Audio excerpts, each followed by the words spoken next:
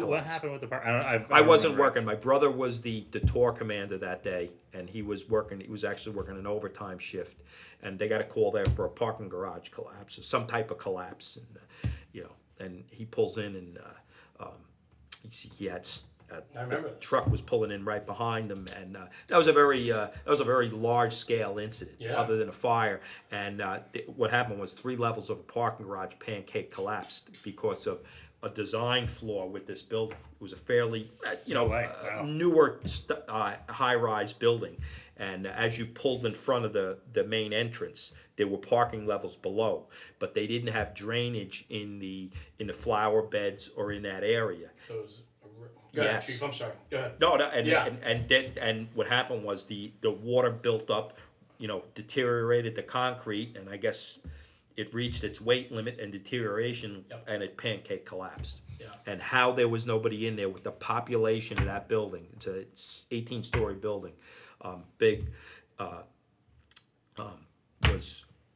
was probably something short of a miracle. Yes, because there's no way anybody could have went there and predicted that there was nobody. You had to assume that there were people in this. Yeah. That somebody got mushed in there. And I was going to say, I mean, that's just one of many high-profile.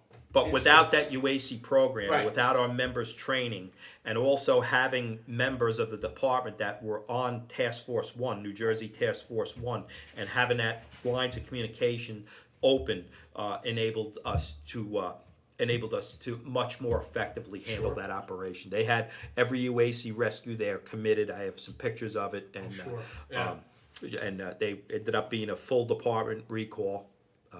A true, general alarm recall, which is rare even for a department our size, and it eventually, it took a long time, but eventually it was determined that nobody was trapped. Yeah. Wow. Mm-hmm. Standing around after that going, nobody. That's incredible, right? Mm-hmm. I mean, it's such a large. But the UAC program was a big benefit. Having our members trained and having the equipment was a big plus, and that's something we offer to all of Bergen County. Right. The issue is it's the the UAC program wants to operate if there's a life hazard. Right. Or a suspected or confirmed life hazard. There's issues pro and con about shoring up buildings at times, and where some departments are in favor, some are not, and that's where it gets a little tacky. But the members do have training, but the members of Task Force 1 have the superior training in the building, shoring, and construction. Hey everybody, it's Rob Ridley from National Fire Radio. Thanks for tuning in. Catch up with us on social media. We got SoundCloud, National Fire Radio, YouTube, National Fire Radio, Instagram, National Fire Radio, and Facebook, National Fire Radio. Guys, check us out. Take care. Be safe. See you later.